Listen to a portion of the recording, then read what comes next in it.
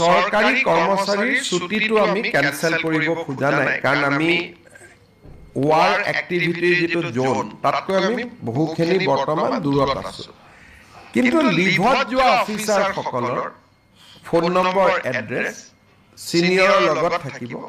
প্ৰয়োজন হলে যাতে আমি তেওঁলোকক মাতি আনিব পাৰো so that is number 2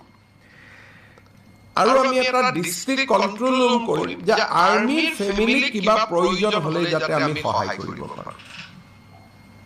support group এটা আমি কৰিব খুজিছো আৰু মই আজি ৰাতিপুৱা আমাৰ পাৰ্টি অফিচত গৈছিলো তাতো মই কৈ আহিছো যে মূল সমষ্টিত যদি 10 গৰাকী সেনা বাহিনীৰ জোৱান আছে আমি এটা আইডেন্টিফাই কৰিলাম আৰু যুদ্ধ নোহালৈকে সেই 10টা ফ্যামিলিৰ যি অসুবিধা হয় হেতু অসম চৰকাৰে চাব so those family will be taken care by Assam government কাৰোবাক স্কুলত এডমিশন লাগে কাৰোবাক গেছৰ সিলিন্ডাৰ লাগে কোনোবাই কিবা পোৱা নাই যিবিলাক সৰু খুৰা চিন্তাই যুদ্ধত থকা মানুহজনক মানসিকভাৱে দিগদাৰ কৰিব পাৰে we want to take over that responsibility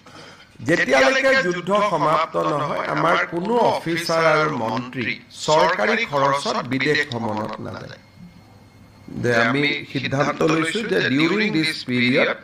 no officers no ministers will travel abroad during this period যুদ্ধ চলি থকা সময়লৈকে ৰাজ্য চৰকাৰে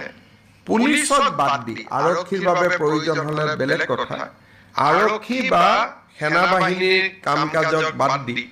আন গাড়ী মটৰ এইকেইটা দিন আমি কোনেও নিকিনো এইকেইটা দিন আমাৰ